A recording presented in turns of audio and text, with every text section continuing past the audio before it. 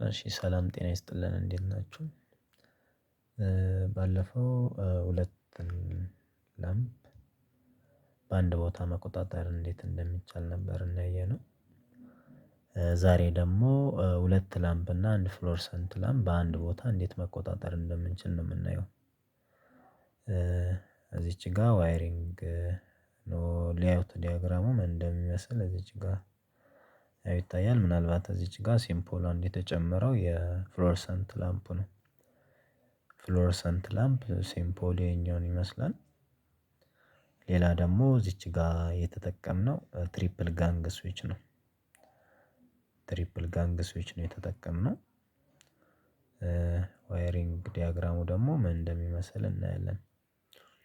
እዚች ጋር ያው እንደ ሌላው ጊዜ ከዲስትሪቢዩሽን ቦርድ ወጥቶ ሶርሳችን ከዲስትሪቢዩሽን ቦርድ ወጥቶ ጀንክሽን ቦክሳችን ይገባልና ሁለት ላምፖች አሉ። አንድ ፍሎረሰንት ላምፕ አለ። እና እንዴት ለየብቻ እንዴት መቆጣጠር እንደምንችል ነው እዚች ጋር የምናየው።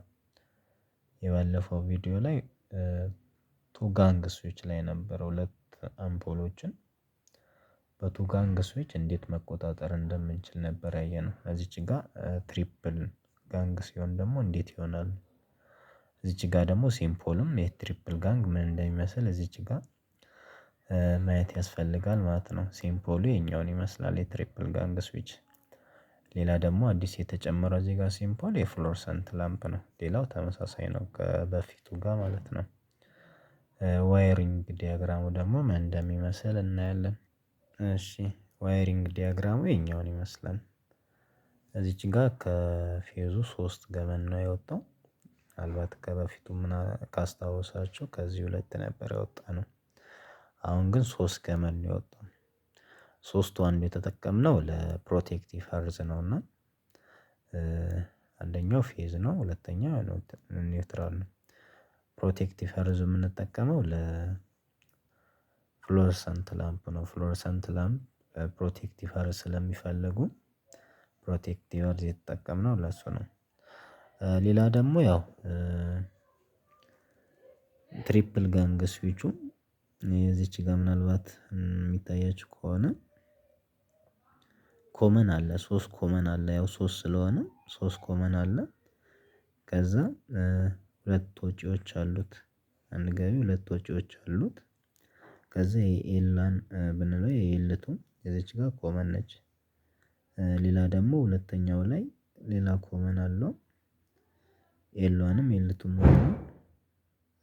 ሌላ ደግሞ ሶስተኛው ላይ ኮመን አለ የራሱ ሁለት ወጪዎቹ እነዚህ ናቸው። ከዛ ኮመኖቹን በጋራ እናስራቸዋለን አንድ ላይ ሸንት አድርገን ማለት ነው። ከፌዙ የሚመጣውን ሸንት እናደርገዋለን እዚች ጋር የሚታየው ፌዛችን ከዲስትሪቢዩሽን ቦርድ ከወጣ በኋላ ኮመን ላይ ነው የታሰረው።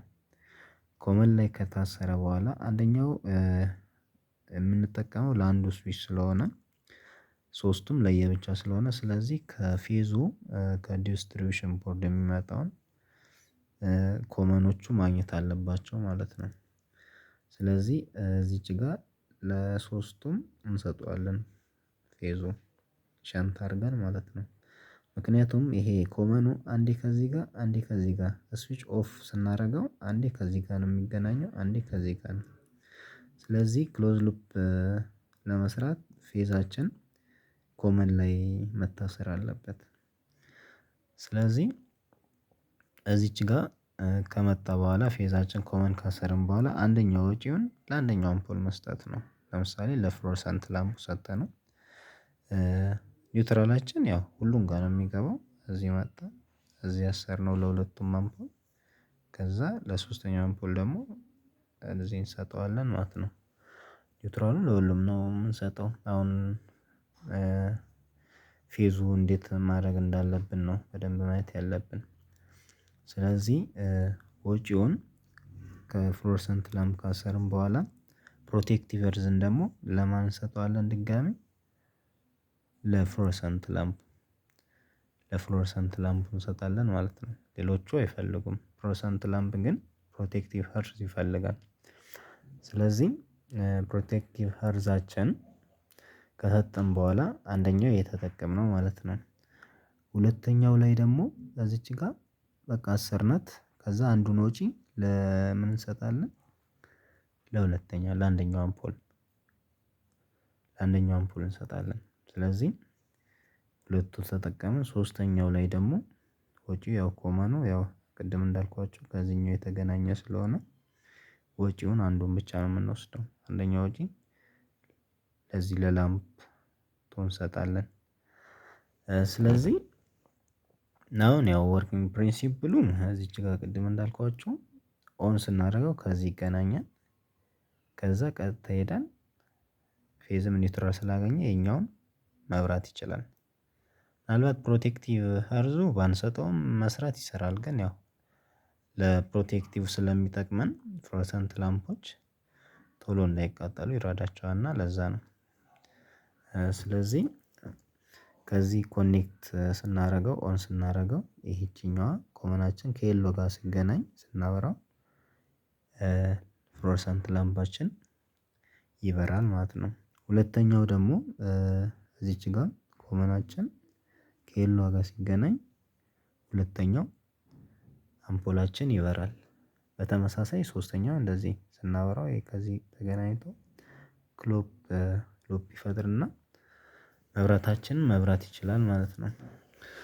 ስለዚህ ዋይሪንግ ዲያግራሙ ይሄንን ይመስላል። ምናልባት የሚፈልጉ ለምሳሌ ኢንስታሌሽን ቢልዲንግ ኢንስታሌሽን የሚማሩ ወይም ደግሞ ኤሌክትሪካል ኢንጂነሪንግ የሚማሩ ተማሪዎች ስለሚጠቅማቸው ለእነሱ ሼር አድርጉላቸው። በጣም አመሰግናለሁ። ቀጣይ ደግሞ በስዊቻችን በተለያየ ቦታ ሲሆንስ እንዴትም ይሆናል የሚለውን ቀጣይ እናያለን። እሺ በጣም አመሰግናለሁ። ቻው